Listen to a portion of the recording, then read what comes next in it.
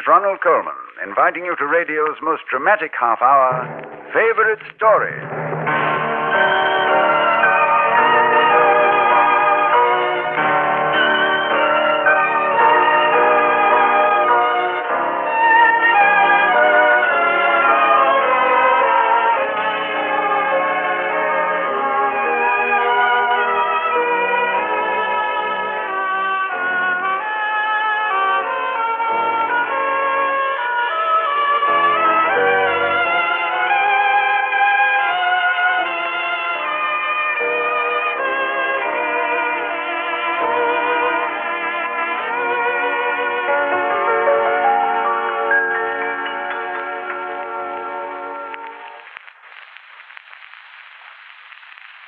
Whenever I see Shirley Temple, I always get a bit of a shock.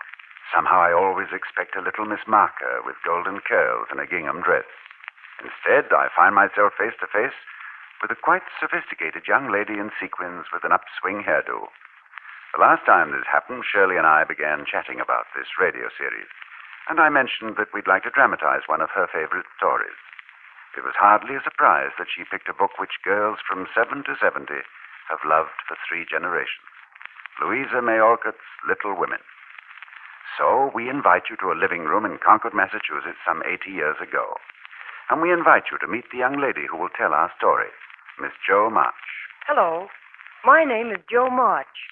We live in a very nice city, Concord, Massachusetts. The date is December 9th, that's right, 1863. There are 4 of us. 4 daughters, that is. There's Meg.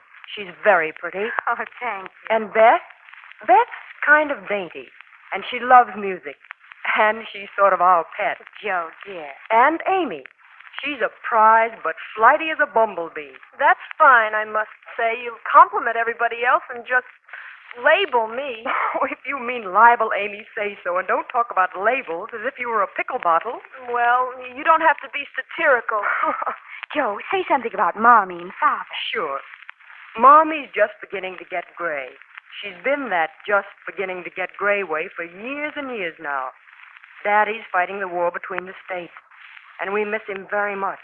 I guess you'll have to say something about Aunt March. Must I really? Mm-hmm. Oh, well, there's Aunt March. She's sort of a great aunt. And I ask you, how would you like to be shut up for hours with a nervous, fussy old lady who worries you till you're ready to fly out of the window and who keeps calling you Josephine? Josephine Christopher Columbus. Oh, Jo, dear, you mustn't talk about Aunt March that way. And don't use that expression. Oh, all right. Somebody ought to say something about you, Jo. Not at all. Well, I will anyhow. Jo's the best writer in the world. And she has the nicest smile and the most beautiful hair ever. Oh. Now that you've met everybody, where can we start? Let's just skip around. And maybe when we're all through, it'll add up to a picture of us little women.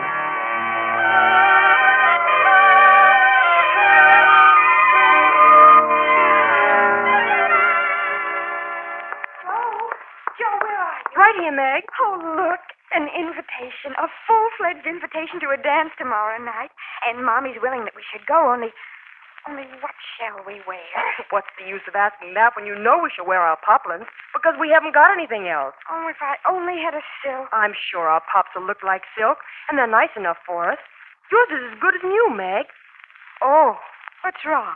I forgot the burn and tear in mine. Whatever shall I do, Meg? It's in such a funny place. Oh, you must sit still all you can and keep your back out of sight. The front's all right. I'll be as prim as a dish. Now go answer the note. We're going to that party.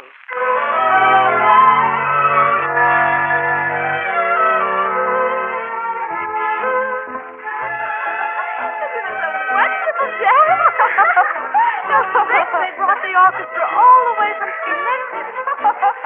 Meg, where can I hide? Hide? Oh, whatever for? That big, hard-looking, red-headed boy's coming this way. I'm sure he's going to ask me to dance. Jo, where are you going? I'm going to slip into that little closet behind the curtains where I can peep and enjoy myself in peace. Jo! Whew, Christopher Columbus. Hello. Oh, dear me, I didn't know anybody was here. Oh, don't mind me. Stay if you like. Shan't I disturb you? Not a bit. I only hidden here because I don't know many people. Felt kind of strange, you know. So did I. I think I've seen you before. You live near us, don't you? Next door. Oh, you're Mr. Lawrence. Yes, and you're Miss March. No, I mean, I'm not Miss March. I'm only Joe. Well, I'm not Mr. Lawrence. I'm just Laurie. Laurie Lawrence? What an odd name. My first name is Theodore, but I don't like it. The fellas call me Dora. Oh, no. So I made them say Laurie instead. I hate mine, too. It's so sentimental. I wish everybody would say Joe instead of Josephine. How did you make the boys stop calling you Dora? I thrashed them. Oh, well, I can't thrash Aunt March, so I suppose I'll have to bear it. Will you dance? I'd like to, but I can't. I told Meg I wouldn't because... Because what? You won't tell? Never. Well, I have a bad trick of standing before the fire, and I burn my frock. I scorched this one. It's mended, but it shows. So Meg told me to keep still so no one would see it. Look. You may laugh if you want to. It is funny, I know. Look, I'll tell you how we can manage. There's a long hall out there. We can dance grandly, and nobody will see us. Come on, please. Thank you, Laurie. You know, we're going to be great friends.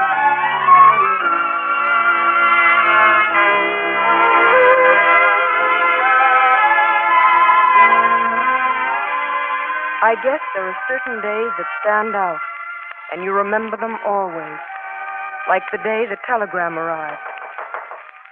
Go to the door, Meg. Yes, Mommy. Telegram for Mrs. March. Sign here, please. Mommy, it's one of those horrid telegram things. Well, Joe, you open it. I don't dare. All right. Here, Mommy. Girls, it's your father. No. Mommy, no. Let me read it. Your husband is very ill. Come at once. S. Hale, Army Hospital, Washington. I must go. I must go at once. Mommy. Oh, children, help me. I'm going to start getting something ready for you, Mom. That's right. There's no time for tears. Oh, let me think. The next train goes in the morning. I'll take that. But first, a note to Aunt March. Oh, Joe, dear, get me a pencil and paper. Mommy, you're not going to ask that old grouch for money. Joe, I have to. I haven't a cent. She's certain to refuse. Father needs me, and some way will be provided. I'll think of a way, Mommy. I'll think of a way.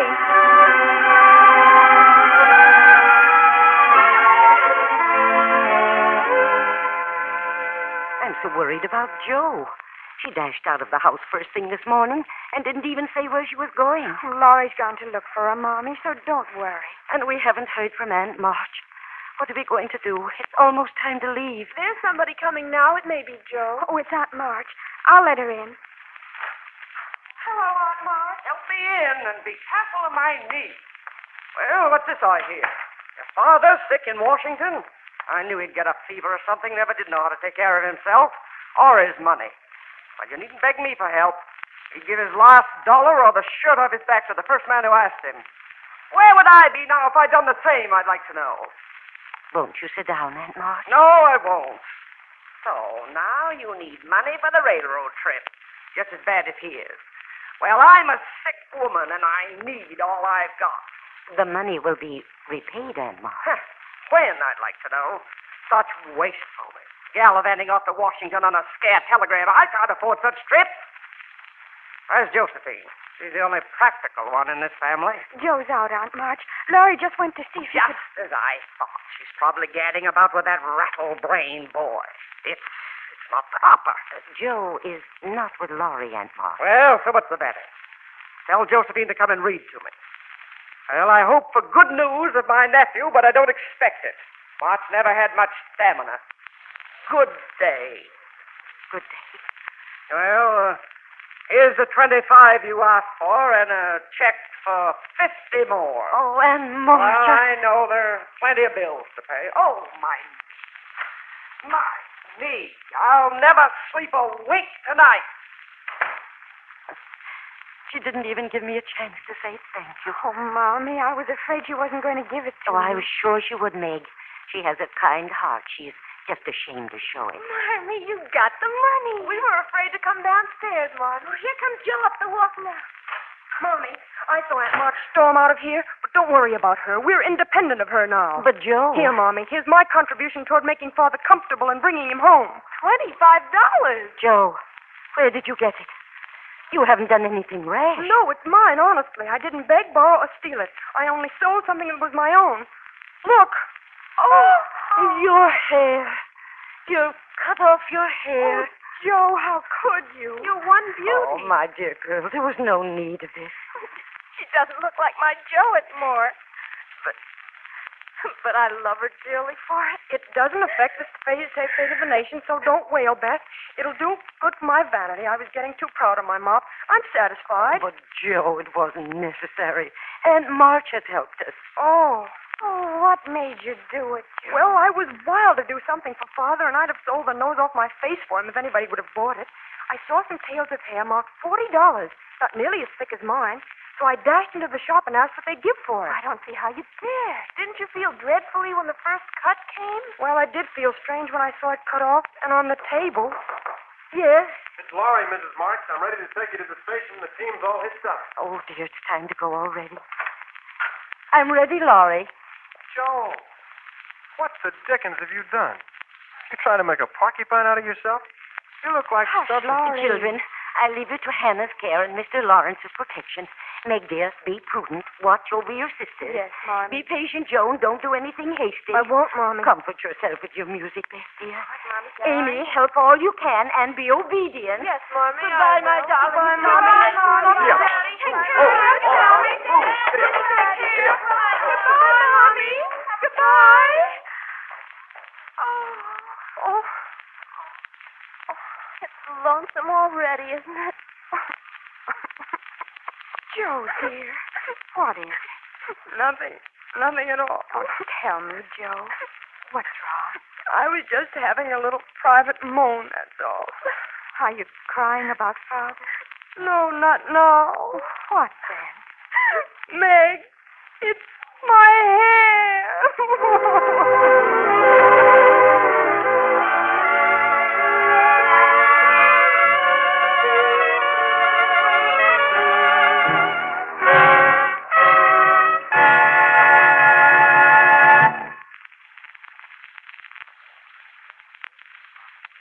We continue with Act Two of Shirley Temple's favorite story, Little Women, with two fine young actors from the Broadway stage as our leads.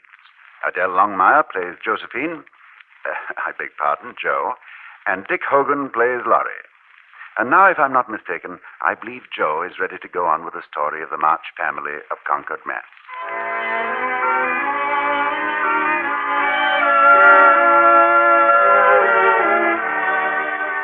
You can't tell the whole story of a family, or you'd be talking all night. Time has a way of passing. Father got well, though little Beth was an invalid. Meg got married to John Brooks, Laurie's tutor. When Laurie arrived back from college, we had a big surprise for him. A big surprise. Oh, Laurie, just wait till you see. What's up, Joe? You're so excited. Laurie, please, turn around. Close your eyes. I have this all planned. But won't somebody tell me, did Meg have a boy or a girl? Don't peek. Now turn around. Hold out your arms and keep your eyes shut. Well, I'll drop it or smash it. Keep your eyes closed. I won't be responsible for the damages. Now, open your eyes. By Jupiter, twins! Take them quick, somebody. Twins, how do you hold these things? I'll drop them, Oh, sure. it's the best joke of the season, isn't it? I set my heart on surprising you. I was never more staggered in my life. Are they boys? Boy and girl. Aren't they beautiful? Most remarkable children I ever saw. Which is which? There's a blue ribbon on the boy and a pink one on the girl, so you can always tell.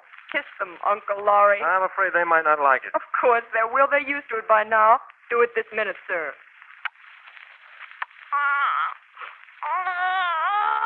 There. I told you they wouldn't like it. That's the boy, all right. He hits out with his fist like a good one. Hey there, boy. Take on a man your own size. He used to be named John after his father, and she used to be Margaret after her mother. We'll call her Daisy, though, so as not to have two Megs. But we don't know what to call him yet, unless it's Jack, and we don't like that. Shh, now, Daisy, hush, little John. John and Little John. Why, name him Demi John and call him Demi for short. Daisy and Demi. Just the thing. I knew Laurie would do it.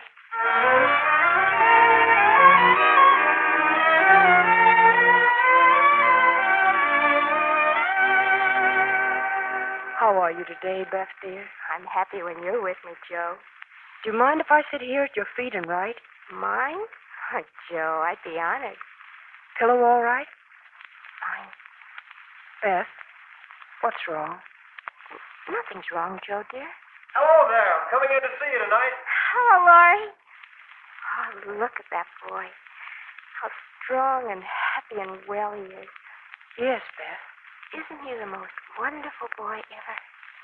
Excuse me, Beth. I'll be right back. I have to get a book. Good, Joe. Mommy, where are you? In here, Joe. Oh, Christopher Columbus, why didn't I realize this before? Realize what, Joe? And don't use that expression. She's in love with him. Who's in love with who? Beth, she's in love with Laurie. Right. Of course she is. We're all in love with Laurie. But that special way, Mommy, with that special look in her eyes. Oh, Mommy, what if he shouldn't love her back? That would be dreadful. Joe, listen to me. You mustn't try to run lies. But he must love her back. He must. I'll make him.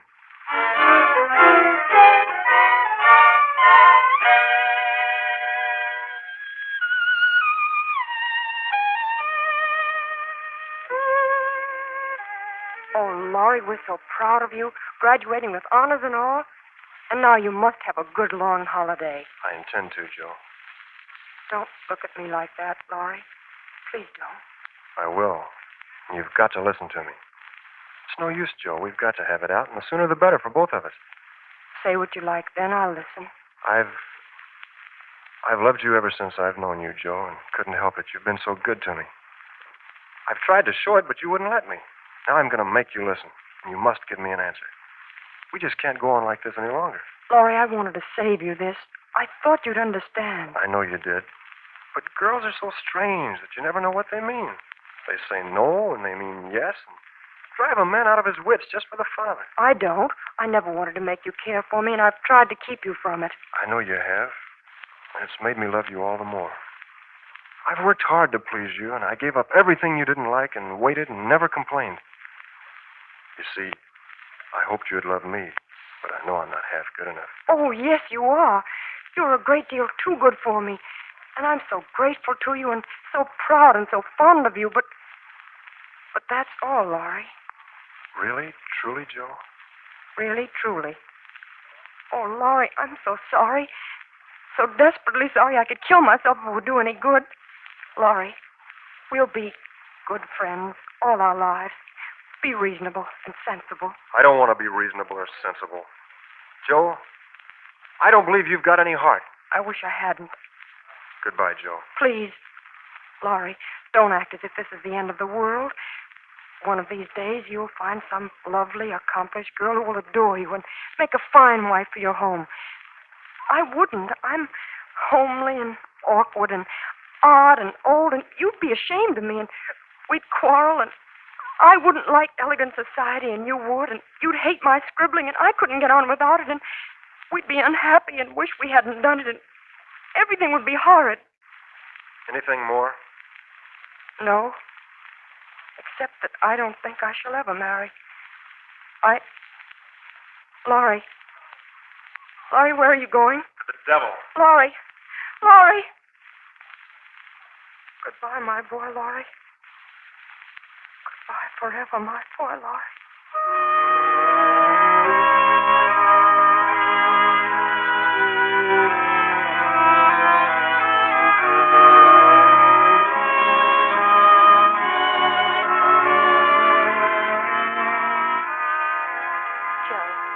Joe, come close. I must tell you, Beth, what is it? I lay awake all night thinking of Meg. Dear, happy little mother. You know, Joe, I think I've just been waiting to see Meg's baby. Beth, oh, no. Joe, dear, I'm glad you know and understand. I've tried to tell you before, but I just couldn't. Don't talk like that, Beth. You're going to get well. No, Joe. I've known it for a good while, and now I'm used to it. It isn't hard to think of or to bear. Is this what's made you so unhappy, Beth? And you kept it to yourself so long? Oh, it would have been selfish to frighten you when Mommy was so anxious about Meg, and and with Amy going traveling to Europe, and with you so happy with Laurie. But I thought you loved Laurie, Beth. I thought your heart was full of love all the while. Joe, how could I, when he was so fond of you? Oh, nothing matters but you, Beth. You must get well. You must. I want to. Very much. I try, but every day I seem to lose a little. You know, it's like the tide, Joe. When it turns, it goes slowly, but it can't be stopped. It shall be stopped. You're too young, Beth. I'll work and pray and fight. I'll keep you in spite of everything. Oh, Beth. I'm not afraid, Joe. But it seems as if I should be homesick for you, even in heaven. You see a little bird up on the windowsill? How tame it is, Joe. You know, I like peeps better than gulls. They're not as wild and handsome, but they seem happy, confiding little things. I used to call them my birds, and Mother said they reminded her of me. You're the gull, Joe. Strong and wild and fond of the storm and the wind, flying far out to sea and happy all alone. Meg? Oh, Meg's a turtle dove. And Amy's the lark, trying to get up among the clouds, but always dropping down into its nest again. Beth. Joe, dear, don't hope anymore. It won't do any good. I'm sure of that. We won't be miserable, but enjoy being together while we wait. We'll have happy times, for I really don't suffer much. And I think the tide will go out easily if you help me.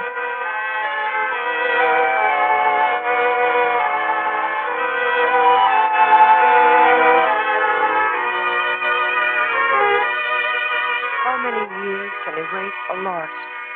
Are there years enough, ever? But life is for the living, the old philosopher said. And so the March family went on, even without Beth. Laurie met Amy traveling in Europe, and when they came back, Laurie came directly to our old spot in the garden, looking for me. Joe, Laurie. Oh, my Laurie, you're back. are you glad to see me, Joe? Glad, my blessed boy. You don't know how glad. Where's Amy? Your mother has her down at Meg's. We stopped there by the way, and there was no getting my wife out of their clutches. You what? Oh, the dickens. Now I've done it. You've gone and got married? You and Amy? Yes, please. I never will again. Actually married? Very much so, thank you. Oh, you absolutely take my breath away. Tell me all about it, Laurie. Oh, how good to hear you say Laurie. Nobody ever calls me that but you. What does Amy call you? My lord. That's like her. Well, you look it. Why, yes. Don't I look like a married man and the head of a family, though? Not a bit, and you never will. You've grown bigger and bonnier, but you're the same as ever. Now, start right and tell me how it all happened. I'm dying to know. Well, I did it to please Amy. Oh, fib number one. Amy did it to please you. Go on, the truth, if you can, sir. When? Where? How? At the American consul's in Paris. Joe, dear, I want to say one thing, and then we won't ever talk about it again. I'll never stop loving you, but the love has changed, I guess. Amy and you switched places in my heart, that's all. You were right all along, Joe. You told me to be patient, but I never was much good at it. So I went around for a while with one heart slightly broken. Oh, Laurie. I was just a boy then, and so mixed up I didn't know which I loved best, you or Amy. So I tried to love both of you. But now you're in your right places. I can honestly share my heart between my sister, Joe, and my wife, Amy. Will you believe it, Joe, and go back to the happy old times when we first knew each other? I'll believe it with all my heart. But, Laurie, we can't ever be boy and girl again. The happy old times can't come back, and we mustn't expect it. We're man and woman now with sober work to do, and playtime is over. I'll miss my boy, but I love the man as much and admire him more because he's going to be what I hoped he would. We can't be playmates any longer, but we can be brother and sister to love and help one another all our lives. Can't we, Laurie? Dear Joe. I can't believe that you children are really married. I'm going to set up housekeeping. Why, it seems only yesterday I was buttoning Amy's pinafore and pulling your hair when you teased. Mercy me, how time does fly. Why, Joe, you're crying. I'm happy, Lord. Happy for you and Amy.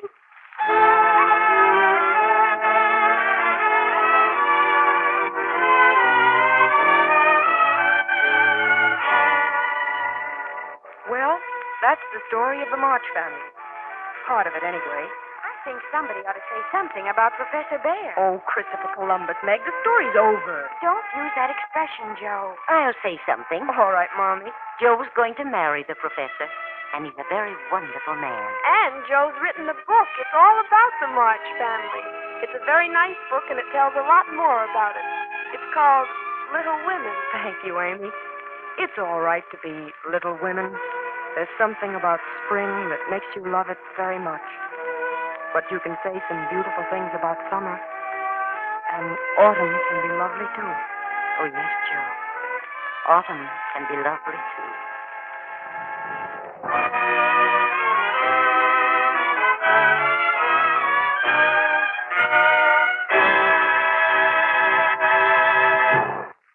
You've been listening to the favorite story production of Louisa May Alcott's Little Women. Our thanks to the cast, including Adele Longmire as Jo and Dick Hogan as Laurie. A program note here that Betsy Kelly, who played Amy, is Mrs. Jean Kelly, he of the Dancing Feet.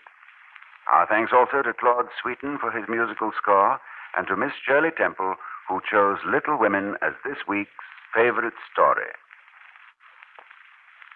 If you read the book and saw the motion picture, then you surely won't miss hearing our favorite story production of Wuthering Heights.